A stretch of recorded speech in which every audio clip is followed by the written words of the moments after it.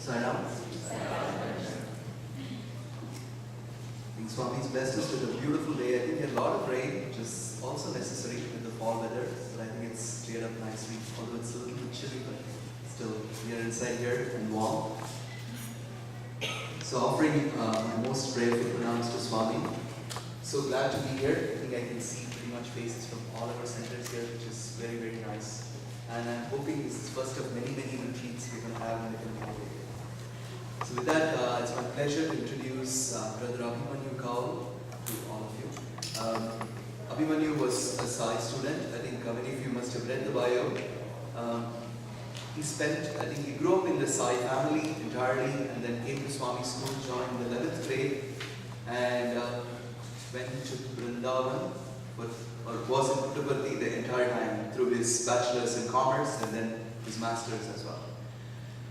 Subsequently, Abhimanyu has lived around the US as well as in Canada, and of late he's been living in Trinidad and Tobago as a consultant to the government in the education realm. So he had the fortune of starting up a Swami school, essentially, a school in the Caribbean, modeled entirely on Swami's values, and I think that is sort of an epitome of what Abhimanyu was. I think throughout his school time there, he was involved in various things from gymnastics to Veda to Bhangra dance to speaking to being in the Kavi Sammelan. So different facets which obviously touches, every student aspires to get Swami's attention when you're there. And I think these were all different paths to obtain the same. But in the end, what we realize is as students or as devotees, wherever we are, I think we try to build that one-to-one connection with Swami. Another important aspect of Abhimanyu's speaking, he's a well sought-out speaker in retreats around not only the country, I think he's been to different parts of the world as well. He's, first of all, he's very humorous in when he speaks, but at the same time never misses out in bringing that individual connection to Swami. So to enjoy his talk, but at the same time, look out for those messages which are very, very critical, I think, in our own personal journey towards Swami. So with that, I'll invite Brother Abhimanyu.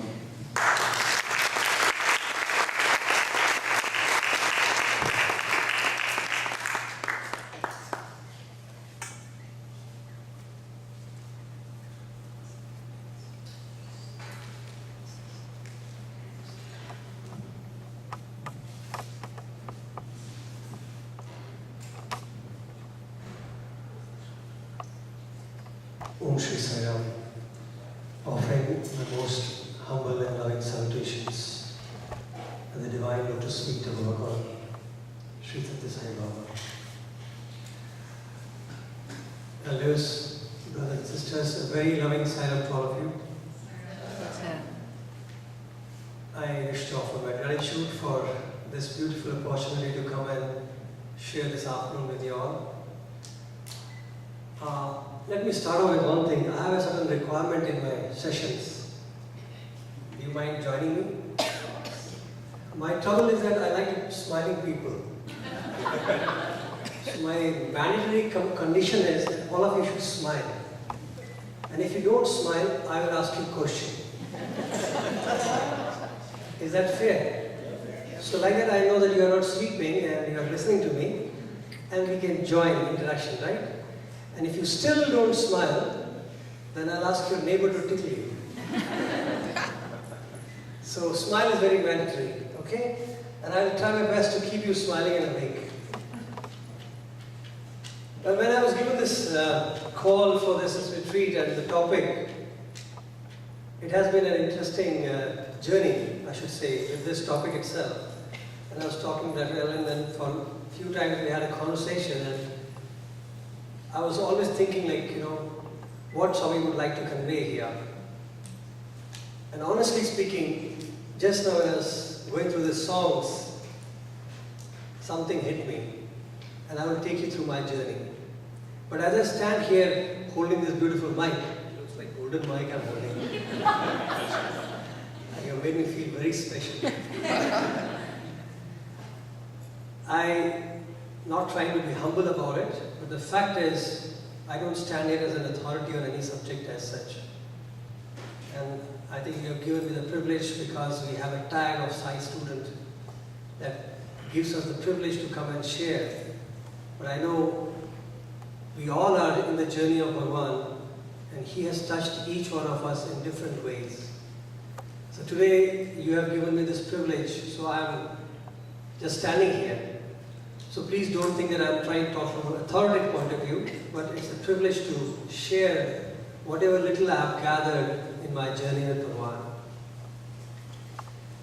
As Shrikant was telling, obviously I was in the Bhagavan's circle from the very birth, if I may say so, and then grew up in the Balvikas and all that, and then went to the college. I was kind of an outgoing little naughty boy, as you can make out a little bit. You know, there's always a chase that you want to achieve, be it sports, be it studies, be it anything. When we came to Bhagavan, that whole chase got diverted towards Him.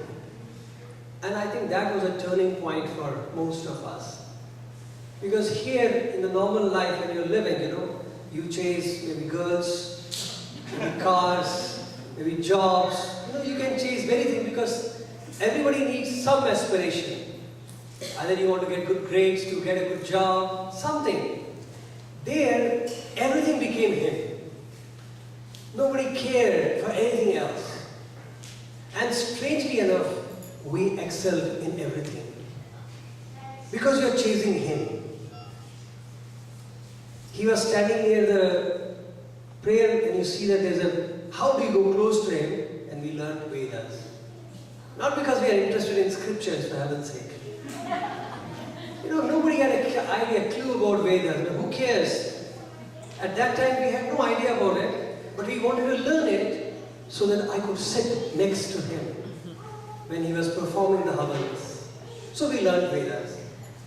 Because if you learn Vedas and you are in the Veda group, then whenever Swami has function, you can be right in front of Him. So He walks, Veda boys walk in front. So you learn Vedas. Very easy, huh? Join, He'll give you dhoti also. And He'll teach you how to tie also. So imagine how many interactions with Swami, right? We had never worn a dhoti before. My dad used to wear once in a while, and that would be totally different kind of dhoti. But here we learn from Swami how to tie a dhoti. And you sit in front of Him, you watch Him, you're close to Him, so learn Vedas. All these music boys are privileged lot. You say jealousy is not a good habit? We had a lot of jealousy. Because see, these are like, you know, lords. They land at the last minute, they'll sit in the front, and Swami will talk to them. And here we are waking up in the morning, lining up, queuing up, fighting for the first spot, and then we don't know whether it'll hit or not. So you learn music. Why? Because you have to sit in front, man. Music boys are privileged lot. So you learn music. Unfortunately, he didn't give it here, but he gave it in some other ways. So I could not sing, but he put me in different things. So we used to carry, you know, boys would carry tabla to mandir. So because I was not a music group, but we'll be very generous at that time. We'll tell the brother, I will carry tabla for you. So you carry one left and right, very heavy it is, eh? So you carry from hostel. Because you're carrying tabla, you could go in front and sit down there. So imagine how generous we became. Just because we wanted to go and sit in front for Swami. Then we started joining somewhere or other. In my school, I remember, Bhagavan had never come to school after inauguration. I'm talking to you around 83, 84. So our Satyasai school, higher secondary, Bhagavan had never come there. Our numbers were very small. The whole hostel was around 400 boys. So you can imagine Swami and 400 boys. It was a fun time. So we thought, I was in my 11th, 12th grade, we thought, okay boys, let's call Swami. So we told our principal. He was a very, very gentleman, nice person. So we told him, sir, we would like to invite Bhagavan to school. He said, yeah, how can you invite him? This is Swami's. He will come whenever he wants. See, they are from devotees' perspective, you know. They want to do everything properly, and you just can't God, Swami. For him it was like, you are calling God. You just can't call him like that, you have to prepare. And here we are like, what prepare, man? He's our Swami, call him. So when we saw he's not budging, few of us went and sat in the front. Swami came, hey Mira, says, Swami, you never come to school, come. Huh? When should I come? And we didn't expect that answer from Swami. We thought Swami will dilly-dally a little bit. But here he was asking, when should I come? And we said, when do we come? Swami, whenever you want to come. So it was like so spontaneous, you come. He said, okay. Habu, he called the principal. The poor man came running from behind. Habu, boys have invited me to school. Now he looked at us, we looked down. Because we didn't know what to do now. He's exposing us.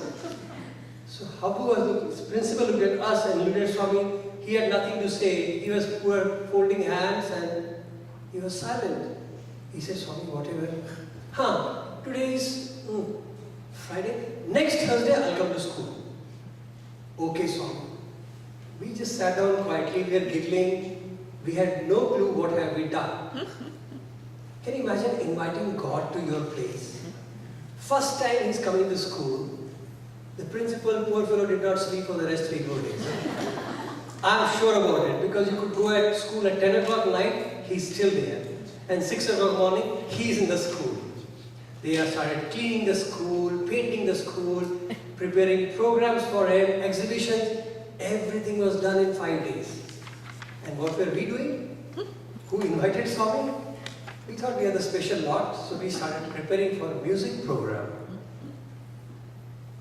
And because I was one of the person who was the mischievous and who invited Swami, I had to be in the music group. And unfortunately, I had no clue about music. I couldn't play any instrument. I can hammer this thing, but it can create some sound, but they won't allow me to sit in the music group. So I took up the malakas, no instrument. So I thought the malakas will be an easy instrument for me to play. So I sat with that. And I had composed a song, so my song was being sung. So I became part of the music group. Our job was only to prepare those 4 or 5 songs, and we gave a heart attack to the school. They had to prepare everything. And Swami came, he saw the whole thing, and he heard all our songs. That's how our Lord was, very easy. We found God so easy that we didn't realize what we found. We took him very, very easily. We took him for granted for most of times. The accessibility to Swami was so easily given to us that we couldn't fathom the grandeur of our Master. It's like you being the son of a CEO. You don't understand the importance of your father, what he has in the organizational structure. And here we had the Master of the universe as ours, and we were the privileged lot who could do anything, who could walk anywhere, who could do anything they wanted, and we were privileged. We didn't realize how he entered our lives. He entered through food, through games. He used to always talk about different things about life. Can you believe he has never given us any discourse per se in the everyday session? Let me tell you what Bhagavad Gita is. Let me teach you what Christianity is, what Hinduism is. He has never done that. You know what he used to talk to us most of the time? What did you eat? How was idli? The size of idli? The softness of idli? His discussion used to be idli for half an hour every day. Can you believe that? I remember there was days when he would talk every day about food. And one day we were sitting there, and I was in the front probably, and Bhagwan came and stood, and he was chatting about food and idli for 45 minutes. To an extent that he called our kitchen in charge, and he was scolding him that you make very hard idlis. The boys need hammer to cut it. So make it soft, and the size of idli and the dimension of idli, how you make, that discussion lasted for 45 minutes. Can you imagine that? So when we finished our darshan, we were going back to hostel. One elderly devotee, he must have seen from far that Swami standing and giving a discourse for 45 minutes. So he identified some faces, one of them was mine. And he came running to me, and I was walking with another brother of mine, and we both were going to hostel. We were at the end of the line. And he said, son, said, Sai Ram, sir, said, can I request you? Sure, sir. Very humbly, and with the innocence in his eyes, craving, that Swami was standing there in front of you all. And Bhagavan gave a discourse for 45 minutes. I saw you sitting there. Could you please share few pearls of wisdom? So here he said, sure. And then he thought, what should we tell him? Because there was nothing wisdom there. If I would have told him he was talking about Italy for half an hour, do you think he will believe me? He won't. If I tell him he, the God whom he worships every day, the God Lord who came and created this universe and made a jokers like us, he is talking about Italy for half an hour. If I would have told him, he would never have believed. So we said, sir, he was inquiring about our food. That's as best truthful I could be. I said, he was inquiring about truth, he was asking about our food.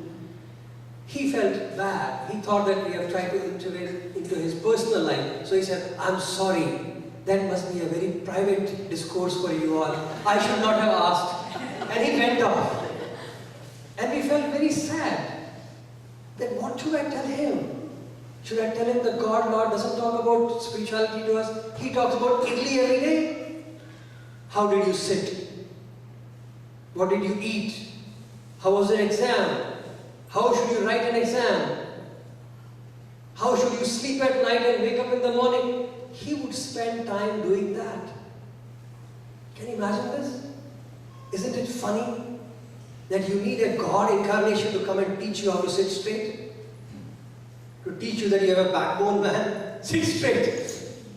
And he would come and teach you that also. Can you believe that? Isn't it funny? And that's how he was to us. I don't know what God is. But when Bhagavan Baba became God to us, I don't know. People say, when was the moment? I said, I wish I had a moment. It was a journey. He grew in us. We grew in him. We don't know when, what happens. But suddenly, a dawn of information, knowledge becomes when you start realizing that there was something different happening inside. While we were talking about idlis and sambars and sitting and postures, he was teaching us something phenomenal. When did a normal life become a spiritual quest? I don't know. But ultimately what we realized was there was nothing in this life which was not spiritual. Starting from sleeping to wake up, to cooking, to bathing, to studying, to writing, to play, everything was a spiritual activity. Bhagavan has not done anything without a purpose. One day he said, boys, you have to be very careful when you are around me. Don't try to interpret me. Follow me. If you say you are mine, I'm telling you, when we have formally announced that Swami, we are yours, right? And we say that Swami, I follow you. When you have done that, then you have no right to question him. He would most of the times, he would point out to the Western devotees who would come and tell us, boys, look at them. They are like honeybees. They come from far and suck the honey from me and fly back. And you guys are like frogs. You're like frogs under the lotus. The only thing you do is You don't gain, you don't understand the importance of the lotus. And he would praise the devotees, saying that, look, when they come with questions. They come to inquire. They ask me anything. They test me. And I'm very happy with that. But once they believe, then even if I do funny things in front of them, they don't deviate. But you all, you have ups and jumps. You would say like that, ups and jumps and ups and downs. Say ups and jumps. He'll tell you why. Because he said, you, sometimes when I look at you, your devotion is soaring high. And when I turn my head away, you are sinking down. You don't want to look at me. He says, that is not devotion. Believe. Have firm faith. And when you have conviction, then you will see the life will be different. You have any questions? Ask. But first have faith. Start from there. You cannot say, I will gain experience and then I will get faith. See, the egg came or chicken first, But faith came before or experience came before.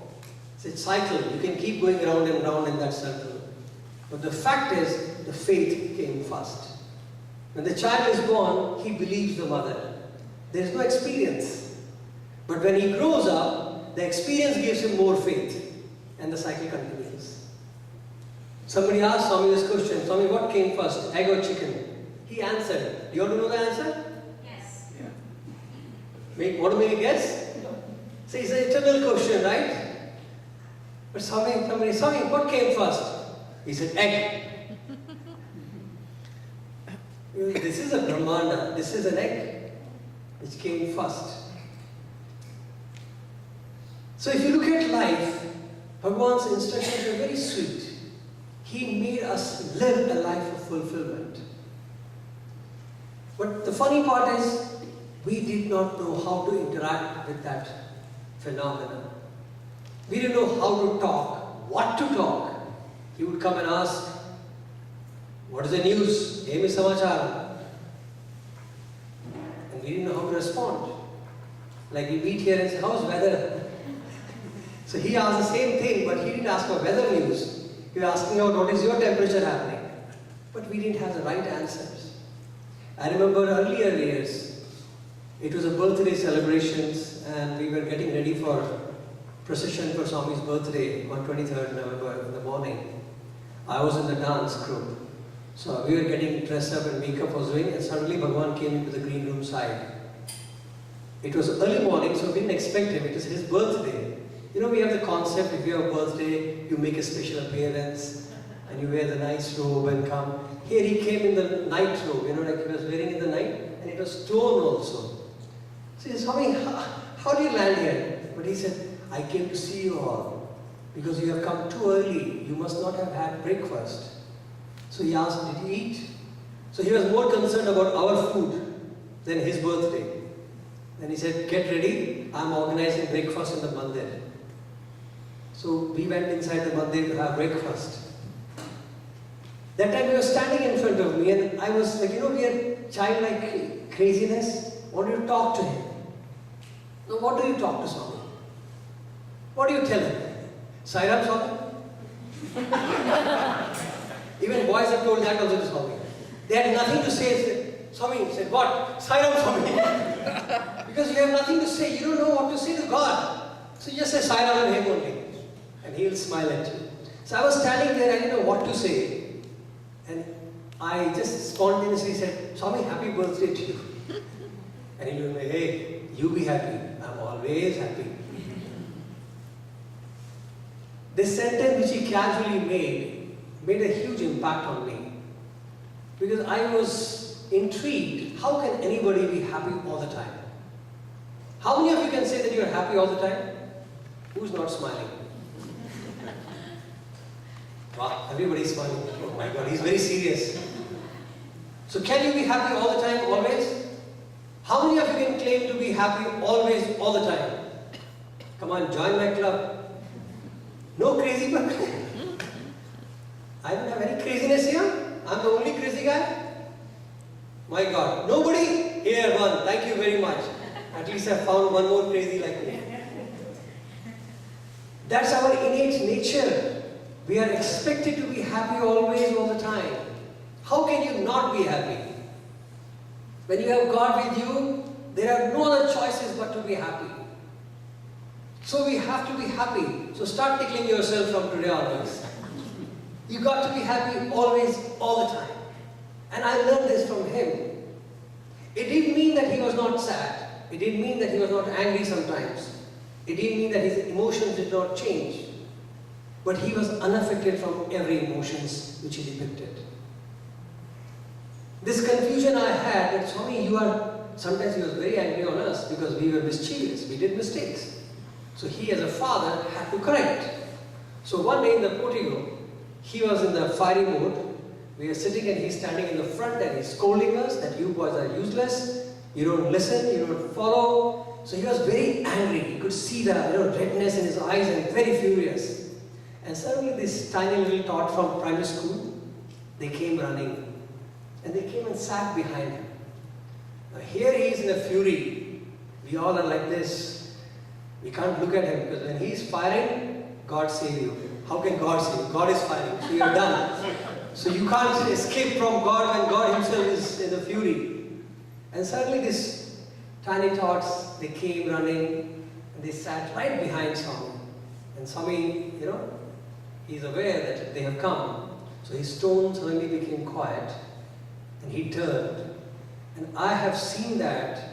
Here it is a fiery face, and as he turned, halfway his face became so gentle, with a lovely smile. He gave these kids, and we thought, oh my God, Swami is smiling. And the moment he smiled, he turned again in a fury and said, shut up. So he could see that from anger to quite loving in just a split of turn of his head. So was he really angry? And this is the catch. When we use the emotions as required by the circumstances, then we regulate them. But when we get carried away by our emotions, then we ruin ourselves. And the trick of the thing was, as I understood, that he's always happy because whatever he expresses is the need of an hour. When he is a father and he needs to slap his son because he's not behaving well, he would do that. But still, he is sane. He's constantly happy, constantly at peace. But his expressions keep changing. But when we get upset, we shake with anger. We take cooling time. Sometimes it is days before we can cool down. But he does that. So that is a journey of joy and happiness which he was teaching us. How do we remain always happy? Now, people use shortcuts to get happiness, But the fact is, he has a definition for all these things. Let me share with you a journey of mine through these values. And this is what I've been doing now professionally. So I thought I'll give you this, and then maybe you can pick up something for the workshops. We all are used to talk about Satya, Dharma, Shanti, Prema, Ahimsa, right? If I ask you, you will rattle it off. Correct? What are these? There are 5 human values. Why did he give 5 human values? Why not 1? Love is enough. Why don't we have 6? Do you think Swami felt one day morning he got up and said, I feel good, let me give them 5 human values? Actually he gave 4, then the 5th was added much later. The non-violence was added later on. So he gave us this 5. Why? Have anybody thought about it? And why did he give in sequence? Do you think Bhagwan just felt fancy like Satya, Dharma, Shanti, Prema, Ahimsa? Is there a sequence? Or he just gave it and we keep repeating like parrots now? Why is this? Anybody? Has anybody taken a time off to think, why did God give us this 5? These beautiful words. Well, I'm not saying I claim to be authority on that again, but I'll share with you how he taught me and how I have understood it. I feel, Bhagavan, as he says, listen to my words. And he's so precise. Each one of us can interpret him in our own hearts. And the interpretation which you make for yourself is the right interpretation for you. But if I make it for you, it may not be. But each one has to undergo a process of inquiry within ourselves to arrive at the right understanding of what he's saying. Because he's a multifaceted personality, if I may call him so. He can hit all of us at the same time. He can say one sentence and each one of us will understand it differently. And each one will be benefited. So there is no right and wrong for each one of us, which can be said, this is it for everybody. But the beauty is that we need to go into our own self-introspective mode. One day Bhagavan was talking to one boy and he said, what is love? What is love? Helping is love. Good. What is love? Love is love. Best. I am I. Perfect. That boy immediately said, Swami, love is God. See, when you hear Swami too much, these verses are ready with us. Any primary school kid also can give a full discourse on Bhagavad Gita. We are ready. Information is so overflowing here, we can give. And Swami turned and said, actually he used to hit very hard the boy. He said, idiot, that's what I told you. What have you understood? So he didn't want us to repeat exactly what he has said, but what was my churning? That was his interest. What is love for you? How have you understood that? He was interested in that. Now look at how he talks to different people. One day, a boy was standing next to Swami's room, and Bhagavan crossing. Suddenly Swami stopped and he says, hey boy, do you love me? Can you imagine? Swami asking him like that? Just imagine you're standing there and Swami says, do you love me? Of course. See, the boy did not know how to respond. And he immediately said, yes Swami, I love you. He says, no Ra, you like me.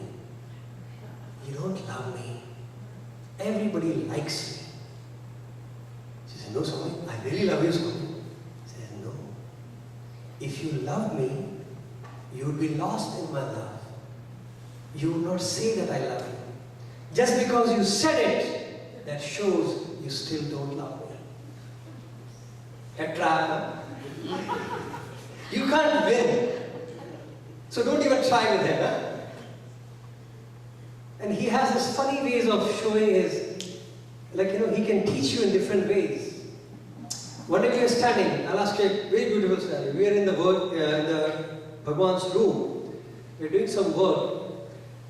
And when the work got over, we all were sitting around him and he was talking. Somebody had asked him a question about surrender and all that. And Bhagwan gave this illustration. He said, boys, imagine you are holding a bowl filled with milk to the brim. Ready? Doctor? Ready? Okay. Who's not smiling? You are certainly not smiling. Okay. So I will ask anybody, but get ready. So imagine you're standing and you're holding a bowl filled up to the brim with milk. And I tell you, leave it and come. What will you do? No idea. Leave it and come. What will you do? What will you do? Enact it. Put it down. Drink it. Drink it, okay.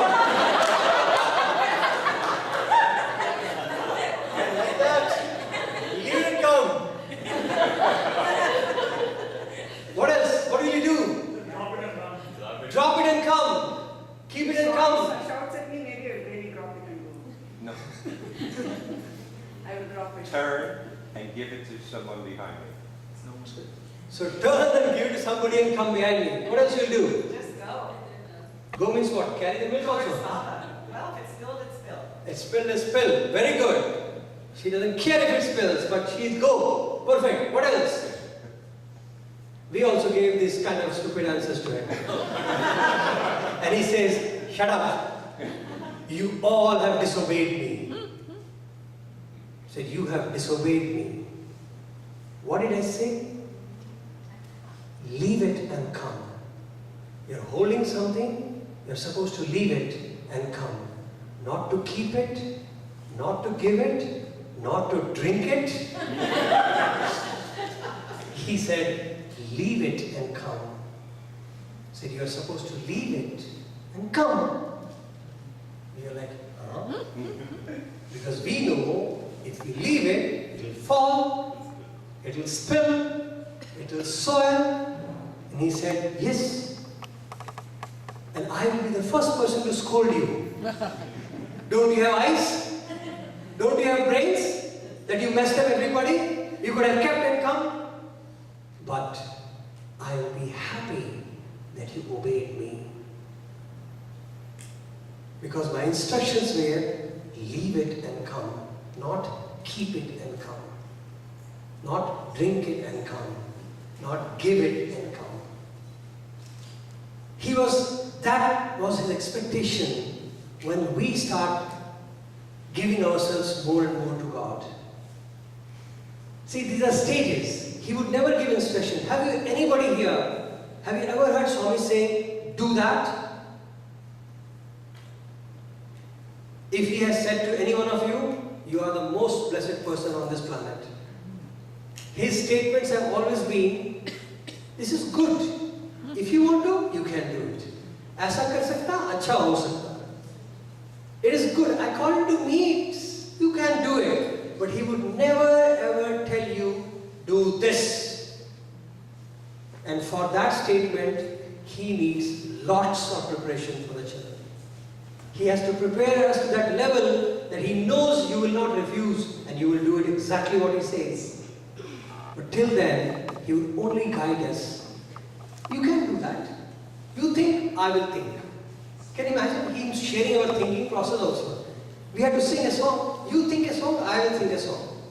We had to do a work. You plan, I will also plan. And we'll come together and discuss. He will always take you through a journey of introspection. But a command can only come when he knows that you have surrendered. Till then, he will never say that, do it. And that is the key which I felt for Swami was, if you want to learn, you have to be a student. And student means surrender, dedication, devotion, not questioning, doubting, but surrender. Acceptance to the Master's command. And that's how the journey of life begins. And when I look at him, how he has trained me, I will use these 5 words for that. What is truth? What is truth? You are being very serious. I told you, keep smiling. What is truth for you? Not lying. Not lying. Truth is not lying. So you are talking about speaking truth. Okay? What is truth for you? Absolute being means what? Being in a state of, in that zone where nothing. Zone. Where is that zone? That up and down is not felt. That How do you understand this truth? How do we understand this truth? He said the first value is truth. What is this truth? What did he expect us to do when we talked about truth? Teach truth. What do you teach? How many of you teach Balvikas here? Youth? SSC? Yeah, sorry, SSC? There's no duality. No duality. Means you and I are same. I should wear sari or you should wear pant. What is that? So what is that truth we are talking about? Truth is something that doesn't change in all. Doesn't change. Everything changes here. I was black hair, he saw me when I had black hair. Today he saw me, I have grey hair. By the way, I choose to color my hair grey. It's a new fashion trend I started. I look a little cooler. Right? So, what is doesn't change? So what is this truth? Atma. Atma. Where did it come from now? Amma, Atma. Where is this Atma? What is this we're talking about? What is this truth and how do we understand it? Now if you look at it, I can say it in two facts, look at it in two dimensions. One, we talk about as we are God. Thanks to our exposure, Bhagavan has given us that we are even able to comprehend these concepts to an extent. I'm sure you interact with so many people, for them even this concept is a very far off. They can't even digest if you say you're God. At least we are able to digest this statement and say, I know I'm God, but I have not realized it. Telling them, they will say you're doing a blasphemy by talking to me. How can I be God? At least we are able to accept the concept. Look at it from the perspective. There is one concept which Bhagavan has shown, we have understood by the process of inquiry that yes, we are God. That is like a goalpost. But we are not supposed to say that. The moment we say it, we lose it. The ego and every factor comes in. Like we get carried away with our little bit acquired knowledge. And we start feeling floating in the air that I have reached now. And then God comes and pricks it back to normal. One devotee goes to Swami very nicely. Swami, you have been talking to us for so many years. I have realized it today, Swami. I know now that I am also God. Can you imagine somebody telling that to Swami? And this genius told that to Swami. That Swami, I have realized it. That I am also God. You are right, Swami. I am God. Swami heard it very quietly. Then he said, go and give darshan. Go and give darshan. A simple test, because the moment you realize it, you will burn like an effulgence to such an extent that the world will come around you.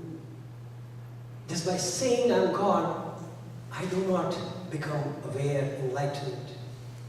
So when Bhagavan said, you are God, I am God, the difference is I know it and you don't, he was giving us the goal to understand our reality, to know this is what we have to achieve. He didn't want us to be a passenger who boards the bus and he does not know where he's going to. Can you imagine? Jump into a bus. The driver says, where to? I don't know. Throw me anywhere you want. No, he wanted us to know which way. What is your direction? So even if you stop on the way, it doesn't matter. You can take a coffee break. You can take a washroom break. But even if the bathroom is made up of gold, you don't sleep there. You get up and walk out. Because you have a destination to reach. The coffee breaks and washroom breaks are good to have. So you can stop for a marriage party, you can stop for a child birthday, but that is not your destination. The goal is somewhere else. So Bhagavan showed us the goal. The goal is your God. That's ultimate, period. But we drag that concept down to start philosophizing in our lives. And we use what Baba says, convenient philosophy. Wherever it suits, you put that in. When you can't, Swami's will. Swami's will. Why Swami's will? You use your head to do some things. Now you are facing the consequence. Why do you blame it on God? It's not Swami's will, it is yours. You have implemented your head. So face it. So Baba says, understand that. That is a concept. And that is a reality. That is the ultimate. That we have to be always aware that I am God. He used to say, very simple, if you believe you are a human child, you behave like a human being. So how does a father say, he's my son? Because he looks like me, he acts like me, he has similar value systems like me, so you justify that you are a son of your father. If you know that you are a child of God, not of monkey, how will you conduct? And Bhagavan says, remember that. You have to conduct like God. Now I have shown you how you to live. So be aware that you are God and live your life. But don't say it. When I say don't say, it's public. Internally, we are supposed to say. He even composed a song for you. I'm God, I'm no other than God. It was not to publicize to the world, look, I'm God. It was to chant. It has to become a mantra that we have to realize that I am that supreme. But now the question is, how do we live? The truth is different. The relative truth is different from the ultimate truth. So it is easy to say, I am God, but highly difficult to realize and live by that. See, today you are saying, none of you are happy all the time, always. Which itself shows we have not arrived, which is true. I'm crazy to say I am happy always. Maybe I don't know what happiness is. I'm high all the time. There's a different state. But the fact is, we are not even aware of what does it mean to say, I'm God. But at least, because of His presence in our lives, we can put some picture to ourselves and say, God means this. God means perfection. God means love. God means care. Correct? We can at least give some kind of a shape to that concept of God. But fair enough. So that is a concept which we know we have to arrive at. Now how do we know? So he starts from the basic truth. And he says the same question, an eternal question which has been asked by time immemorial by people. One, the first and the last question in spirituality. You know what is that? Who am I? First and the last question. So who am I? Who are you? Oh my God. Please take darshan. Let's leave the concept there. We just said, that concept I can't touch. Now please respond to me that I can practice. If you tell yourself, son, I'm God, then the son will get confused. Should I worship there or here? So it will be different. I have to compose some arti for you. So let us talk something which I can go home and practice. I can start living my life and say, now I understand the truth. Maybe that truth one day will become the ultimate truth. But what is your truth today? Who are you? I'm love. Again. You are using the words which you don't know yourself. The love is a huge concept, sir. We have no clue about love. What we have is everything except love. So let us talk something which I can relate, you can relate, and you are convinced about it. Who are you? Boss, everybody is an enlightened soul here. We are reaching a sainthood here. You understand? You are lucky people. I think I am wasting my time. There was a village, very nice community like this. Very good people. Anybody who came to the village was respected, loved, and adored. One day they heard a saint has come to their village. And the saint did not come inside the village compound. He was in the outskirts of the village. So these elders of the village went to him and they said, "Oh Master, you are a self-realized soul. We would like you to come and address us. You know, like you have called me. I'm not an enlightened soul, but he was." They said, "Please come." So the master said, "I am not interested." He was avoiding, but they pestered him. So ultimately he agreed. And the guide master said, "Okay, I will come on such and such time and day." So whole village got together and the dais was made like that. And the master was made to sit there, welcomed properly, and the audience is sitting quietly, waiting for the golden words of the master to hear about God, not realizing that everybody already reached Godhood here. So the master said, "How many of you know about God?" And the people said, "Yeah, we know about God." He said, "If you already know, then I have nothing to say." He got up and went. So he said, "Hey, what happened here?" We pulled this master such a difficulty, and he left without speaking. After a few weeks, they contemplated, again went to him and begged him, "Master, please come. Please come and speak to us."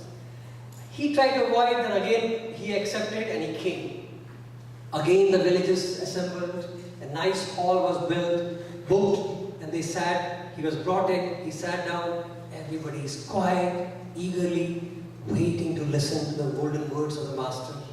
And the Master said the same sentence again. Do you know about God? Everybody said, no, Master, we don't know about God. Master said, if you don't know anything, then what's the point of telling you? He again got up and went. So they thought, hey, this is a trap. This Master is not sharing. So again the brain came together and they thought a strategy. Again went to the Master after a few weeks. Again pestered him to come. He came and sat. The same hall was full. And the Master said the same sentence again.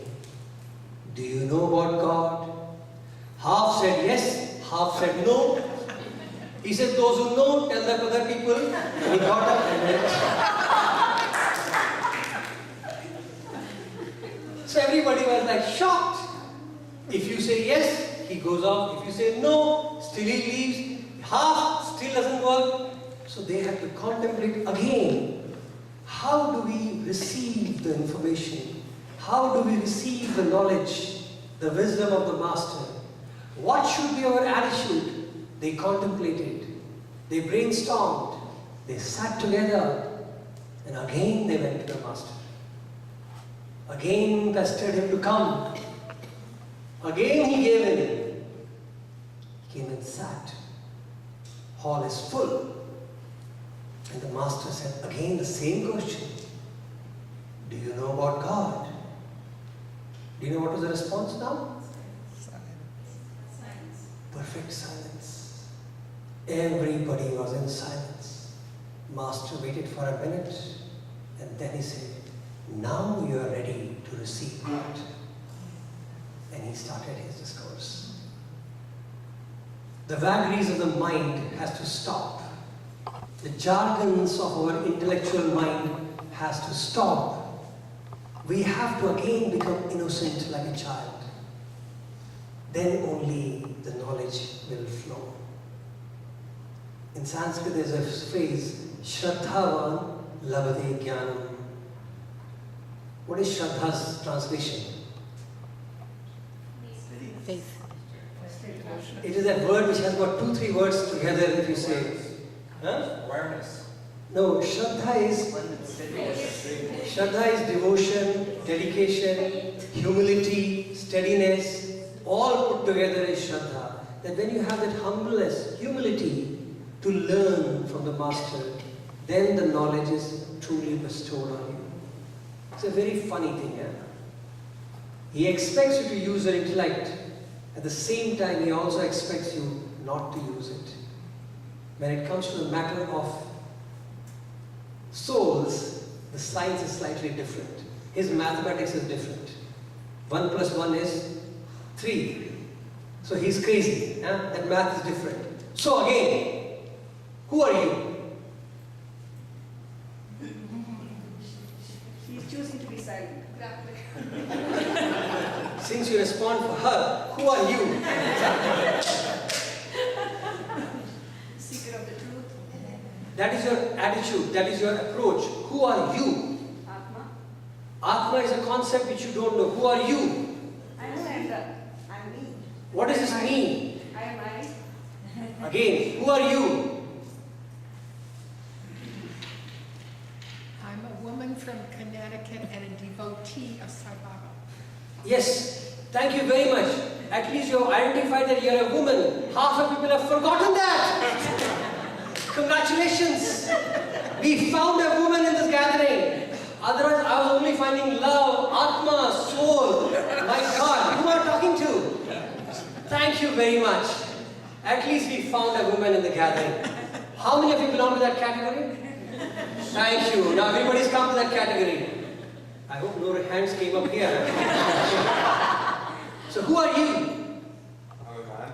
Thank you. See, you have inspired the thought now. But before man, what were you? What are you? Sorry, not what were you. Still a man. What are you more than that? So the who are you is depending on the situation. At this point in time, I'm like a person. It's at a different point. Absolutely correct. Let us start with the basic. Who are you? That doesn't change. Like his womanhood will not change. Thank you very much. Who said that here? Thank you very much. How many of you are humans here? No, for just checking. I'm just checking. You know, it happens sometimes. You don't know. Are you sure? Thank you very much, sir. So we have found a human being here, and we found a lady here. How many of you belong to both categories?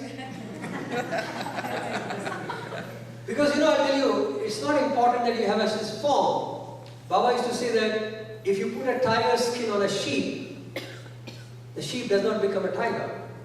The moment it opens its mouth, what do you hear? Wow, man. See, it cannot roar. So the fact is, just because you have the form does not qualify you to be a human. And hence the need to know what does this form imply. What are its attributes? And the first basic attribute is that you are a human being. Thank you for identifying it. And then, yes, How about I'm a spiritual being or a human? that is an action. Those are philosophical statements. Let's park them. Oh, I'm a spiritual being playing the role of a human being. That is an understanding. But action is different. But let us first understand. You calling it a spiritual being is another concept. We confuse ourselves by using more and more jargons in our life. Make life simple. It's very simple to explain to a child, you are a human being, baby. You are a spiritual aspirant, a spark of God. He's lost. Where do I come from that? Let's go simple. Bhagavan is very simple. You are a human being. You are a man. You have a human body. You are a lady. You are a man. Any confusion here? Anybody who's not belong to this category?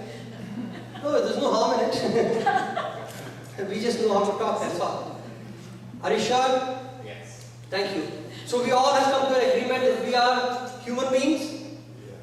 No confusion? How many of you wake up in the morning and check that you're still humans? Do you check every day that you are a man?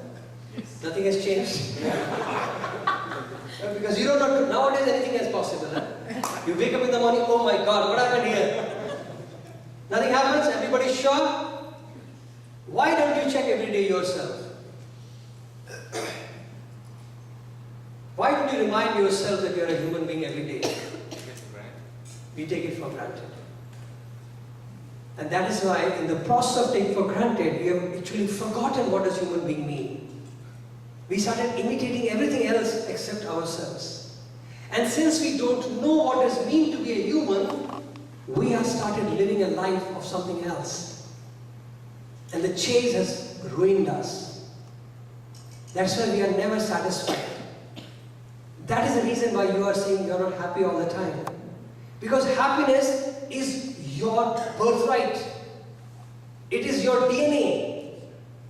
We are made up of love. Happiness is our expression. And if you have forgotten your expression, that means we have forgotten who we are. Isn't it so simple? If I know I'm human, I'm supposed to be happy all the time. As simple as that.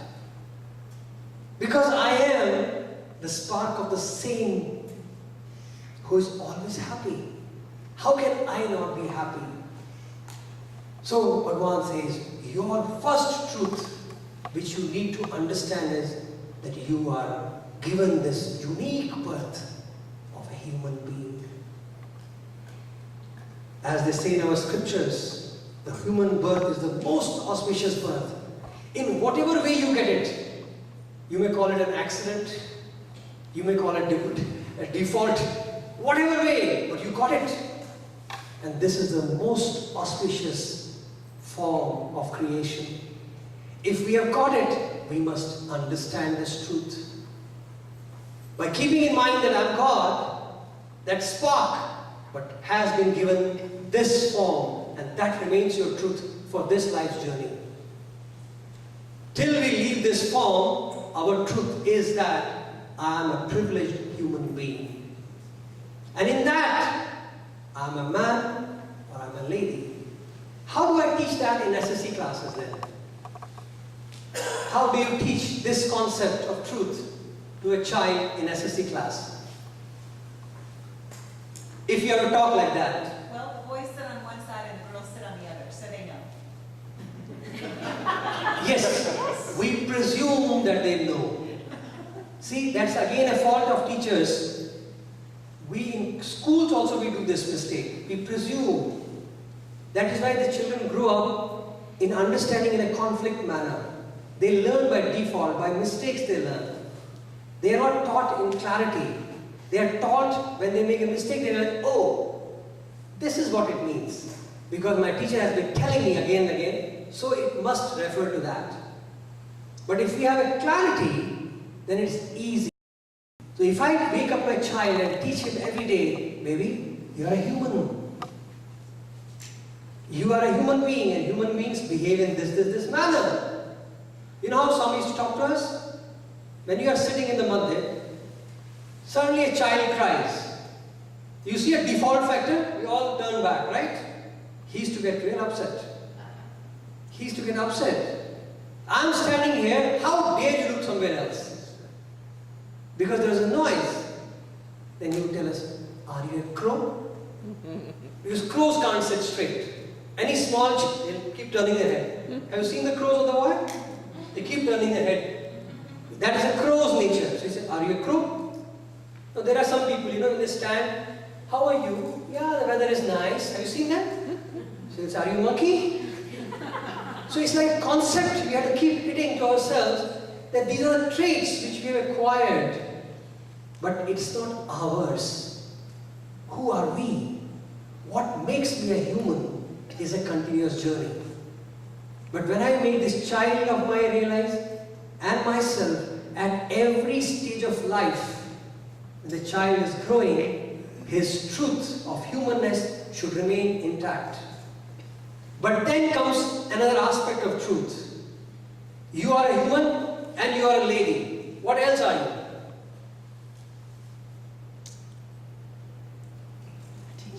A teacher.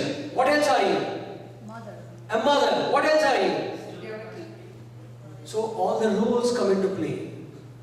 When you are at this age, he's not a father yet, but he's a son. He's a brother. He's a student. So that becomes his truth in this age. But the basic truth, he's a human, does not change. He's a boy, does not change. But then he becomes a man, then his relative truth shifts. You know how it defines a boy? What is the definition of a boy?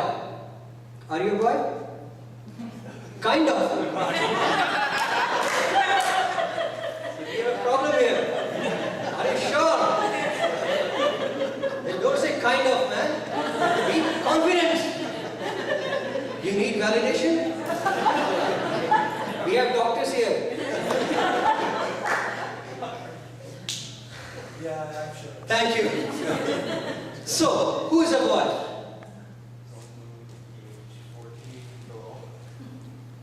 Bhagavan defined very beautifully definition. He says, one who has good behavior is a boy. So when you are in that boyhood age and the girlhood age, you as a human child is identified by your behavior. How you behave makes you a boy or a girl. But we know every boy growing up does not become a gentleman. And every girl growing up need not be a lady. They need to behave and conduct to be dignifiedly labeled as, say, boy or a girl. Am I right? So who is a man? Just because you will grow in 10 years, you necessarily may not be a man. How do I qualify you as a man? What is the definition of man, my Swami gives? Anybody? Someone with manners. Thank you, sir. Congratulations. This Swami's words for Swami's. Absolutely, sir. I'm not speaking anything from my side. I'm a parrot here. But the best part is how simple he defines. Behavior, boy. Mannerism, man. So when you depict the right mannerism, you become a man or a lady. When you see a lady walking, you say she's a lady. Why? Because she knows how to conduct. By her dress, by her talk, by her behavior. Then you start defining yourself, and that becomes your truth. So do you think in this manner it's easy to talk and practice? Rather than just philosophizing, I'm God, I'm Atman, I'm light, which nobody understands. And we get waste our years by that and we still are lost.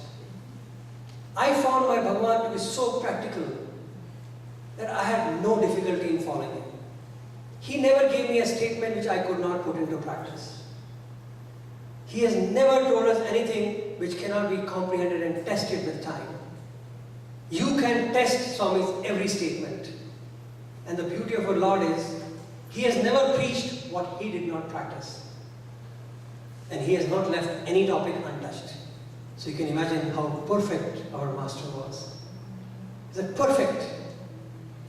So when you know your truth, who you are at the given point of time, that is the first value of truth. When you conduct accordingly, that becomes righteousness. So righteousness cannot be achieved unless you are aware of your truth. See, we keep forcing our children, behave, but they don't know why. That's why you have a problem in discipline. Because now you are enforcing discipline. And Swami says, I don't want force, I want source. The behavior should come from the source, not by the force. And why do we need force? Because none of us explain it clearly to the children. Why? Because they are human. They are a child. They are a boy. Hence they need to behave in a particular manner to get fulfillment so that they can achieve their full potential. Once you are a fulfilled child, you can be a fulfilled young adult. When you are a fulfilled young adult, then only you can become a fulfilled man and a father, grandfather. The happiness is not at the end of the journey. If you can't start with happiness, you can never end with happiness. Pause. You have to be today to be tomorrow. You can't live for tomorrow. That is a mistake which we do. Living in now is an art. I don't have time for that today. But let me quickly take you through this journey. So being aware of who you are at a given point of time is your truth. Correct? From being a boy, man, lady, whatever, then different roles. Being aware of the role is truth. When you say I'm a mother, are you aware of all the roles and responsibilities which come with the word mother? Because today I can show you, I do painting workshops. There are many default mothers and fathers who have just took something happened and something came out and said, Daddy, oh, I become daddy. But no clue what does daddy mean. So being aware is truth. When we live by the awareness, that becomes righteousness. Now how do I know that I'm walking the path of righteousness? See, your truth and my truth can be different. My interpretation can be different. You can give your life for the community and people will tell you, Doctor, you're wrong. But you go back home and you think, I did my best. I gave my life. I was genuine. How do you justify yourself? Forget the world now. Because you need to feel that yes, I have lived my truth. How do you know that? Conscience. How does a conscience feel? Peace. When you go to the bed, like I tell always, I kick my bucket every night. Lord, here I come. I've made some people smile, my job is done for today. But then he wakes me up again in the morning, I say, okay, here somebody else needs to be smiled. No problem. But the fact is, when I go back, I need to sleep like a baby. Because if I have done my duties, I will have the calm and peace in my heart. That is the real proof that you have lived your life to your perfection. Because we don't need to compare ourselves with anybody for that matter. You have your own relationship with God. He measures, you measure, nobody else. So your measurement is your calm and peace. Can you sleep comfortably if your neighbor is shouting and screaming? Can you sleep comfortably if your neighbor is on the fire? You can't. So it's a very relative thing. that when we are growing, we understand that the whole, that's why Bhagavan changed even the Vedic dictum, Loka samasta to samasta loka. Because he said, we are not only alone in this world, all the worlds need to be happy for this world to be happy. Imagine the focus he changed. Only he can change it. Nobody has an authority to change Veda, one sentence, one word also. Only Master could do that, and he did it. So that is the beauty, the inner calmness and peace is the proof. But the problem with us is, we need motivation every second. Today I am speaking, you feel motivated, you go back, I am going to change the world. And after 1 month, oh my God. We need another session of motivational dose, right? So why does our motivation drop? Lack of faith Faith in what? in yourself. Self. What else? We grow used to it. You get used to it. Do you ever get used to eating? But we keep eating. So yes, repeat again. Repeat again. Lack of faith and we take it granted. Lack of faith in what? In ourselves. Ourselves and the world. But lack of faith, can it bring motivation to you if you have faith in yourself? Faith in yourself does not directly relate to motivation. You understand? So what is that missing link? Purpose. Purpose. Wow.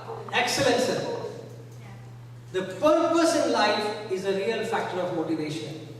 If you want to motivate anybody, inspire him.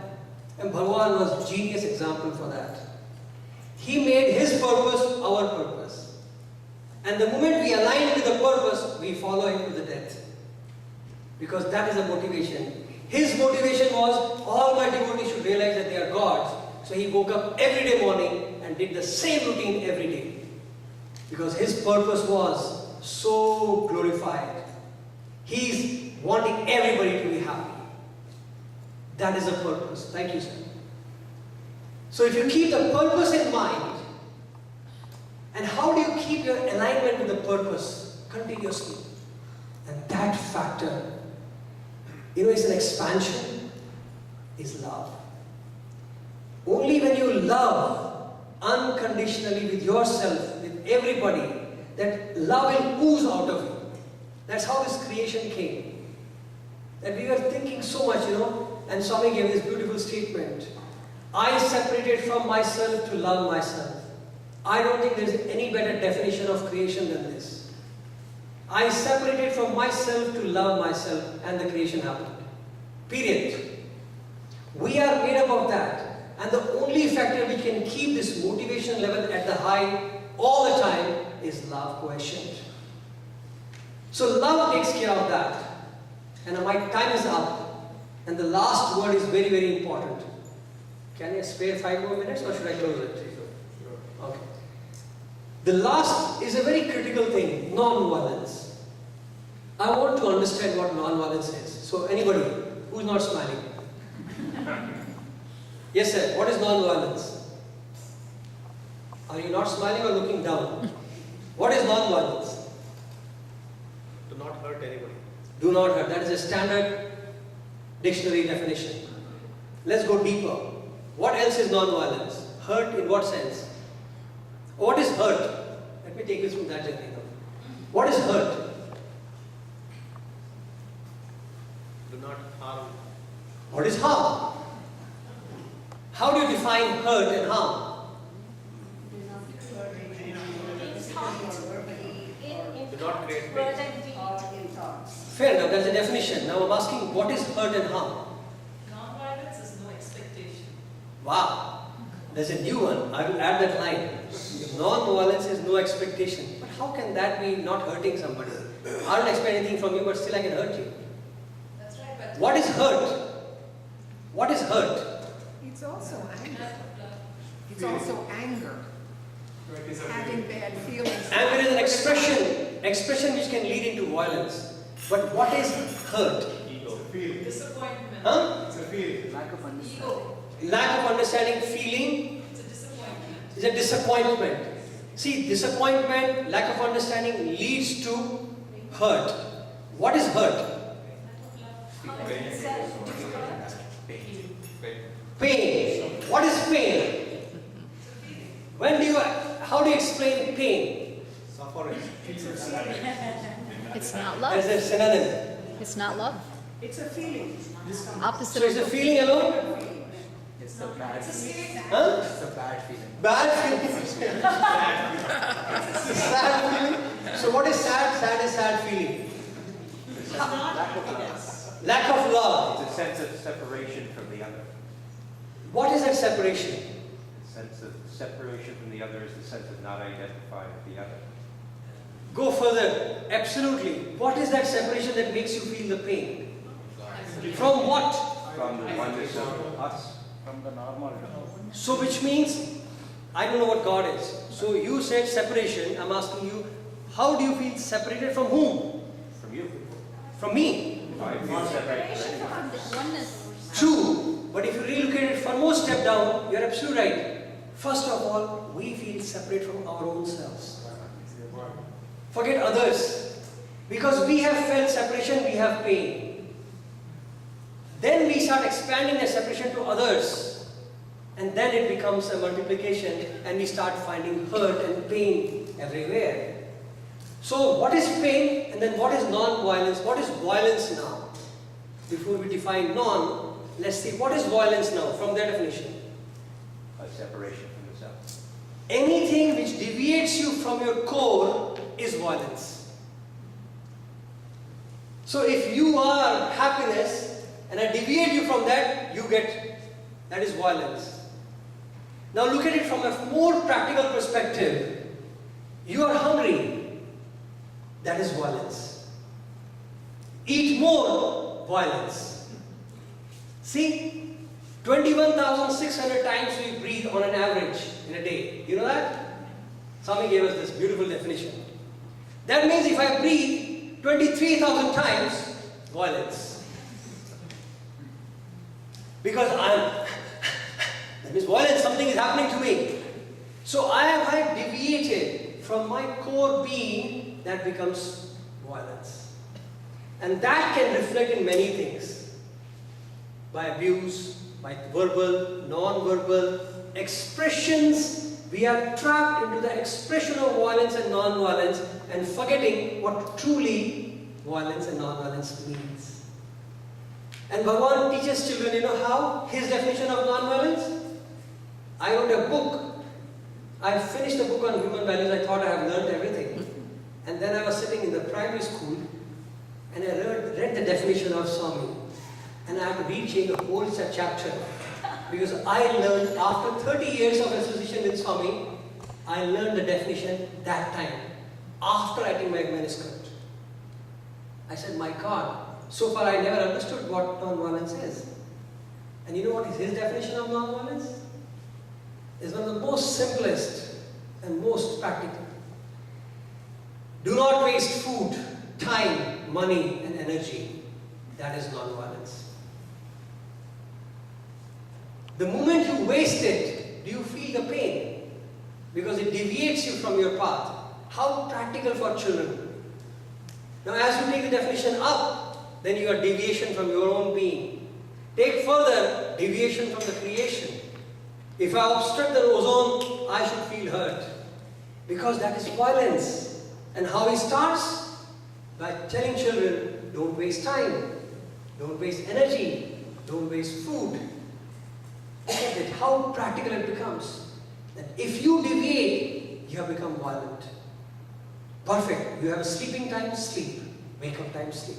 Can you imagine? You sleep for longer, you feel more tired. Do you feel that? You just got up from sleep and you want another sleep. Because we overslept. You don't sleep, that is a pain. You oversleep, that is a pain. So imagine a perfection of life. That is non-violence for Swami. And we say Bhagavan was an embodiment of these values. Then you can imagine the way he spoke, the way he acted was perfect. He did not even use the volume more than required. He taught us how to speak from stomach. That you can talk and you don't feel tired. The whole vocabulary, the change, everything will change. find alignment to yourself.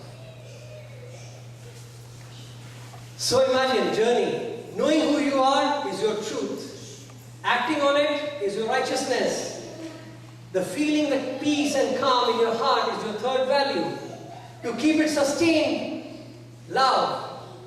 And when you live in this, you live a perfect life in which you exactly do what you're supposed to do. You talk when required, you eat when required, you sleep when required, and as much as. And then you reach a state, what we call as non-violence. Now imagine the whole journey you live like that. Ultimately we realize that what we are trying to achieve is already reached. Initially you stand, have you seen in India people stand in the Ganges, lift the water and say, oh, and put the water back into the... So he says, you take the same water and put it back into the river. What did you take and what did you give? That's why Bhagavan used to say the steps. When you start your journey, you say, okay Lord, I offer everything I do to you at your lotus feet. So you have the ownership feeling that time. You use your head and you practically give. Every day, Swami, whatever right or wrong I have done, I offer it to you. As you grow in that journey, you realize that what am I doing? Because actually it's happening what he is willing. Then he says, Swami, whatever happens is your will, I accept. And when we go in the same journey, a time would come when you realize that actually there is nothing to do. It's all a drama. And I was just an instrument in that game, and you become one with him. So again we realize, I'm God. So the journey I'm God is an absolute truth, which we have started with this form of a human. And then he takes you through this experiment in which you have all the roles to play. They fit into it properly now, because we know that by living it perfectly, I can achieve God anytime. If you become a perfect son, you'll be God instantly. If you become, any one of us become perfect in anything, any point of time, instantly at that moment we will be God. Because perfection is God. And that's why Swami says that you don't have to go through the whole journey, you can realize it anytime. So if you are a cook and you cook perfectly, that instant you can become God. If you are a wife, son, daughter, businessman, teacher, anything, the day we achieve perfection in our activity, we instantly become gods. I wish I could realize that. And I pray that before I kick the final bucket, I should be one with him. And I pray in this journey, Bhagavan bless us with this kind of exposure and experiences, and hopefully, as they say, every night, Swami Paramahansa Yogananda, he writes it very beautifully. He says, how can you sleep without seeing your beloved? How can you rest without meeting your beloved? That pain, that frustration of not seeing my beloved should keep you burning at night. And don't stop till you're face to face with him. May God give us that energy. May God bless us with that intellect to receive him with humility and experience his abundance of love and grace on us. Thank you so much for the opportunity.